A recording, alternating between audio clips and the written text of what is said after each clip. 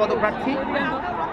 আমি একটু আগে যেখানে বিমান দুর্ঘটনাটা হয়েছে ওই স্পটে আমি গিয়েছিলাম। এটা একটা বিল্ডিংয়ের নিচতলায়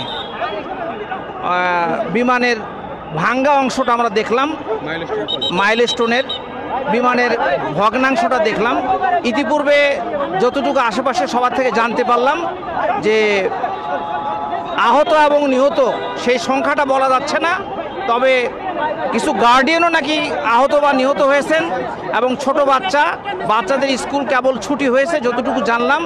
অ্যারাউন্ড 1টার দিকে 1টার দিকে এটা হয়েছে। ওইদিকে মনে করেন পশ্চিম দিক থেকে আসছে এবং বিল্ডিংয়ের নিচতলার মধ্যে ঢুকে গেছে আর কি। এটাই হলো যতটুকু শোনা আমার, একদম প্রত্যক্ষভাবে 10 গজের মধ্যে আমি গিয়েছিলাম ওখানে। তো যাই হোক, এখন ওখানে আর কোনো আহত অথবা নিহত কোনো কাউকে দেখা গেল না। যতটুকু জানতে পেরেছি আশেপাশে হাসপাতাল মনসুর আলী এবং বাংলাদেশ মেডিকেল এবং আশেপাশে আরও 2-1টা হাসপাতালে সিএমএইচে নিয়ে গেছে এবং আশেপাশে হাসপাতালে নিয়ে গেছে, সেখানে চিকিৎসা চলছে। এখন আমরা ওখানে দেখতে যাচ্ছি।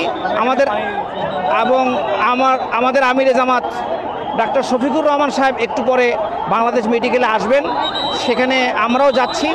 যে আমাদের আবেদন হলো যে হাসপাতালেই যাক না কেন সেখানে সবাইকে, বেশ করে আমাদের জনশক্তি এবং সকল জনগোষ্ঠী সকল ধরনের জনতাকে তারা সাহায্যের হাত বাড়িয়ে দিবেন এবং বিশেষ করে রক্তের প্রয়োজন হবে আপনারা রক্ত দিবেন এবং আরও যদি অন্য কোনো সহযোগিতা লাগে সে ব্যাপারে সহযোগিতা করবেন এবং দেশবাসী মানে উদ্বিগ্ন হয়ে বিশৃঙ্খলা সৃষ্টি যাতে কেউ না করে সে ব্যাপারে সবাইকে বলবেন।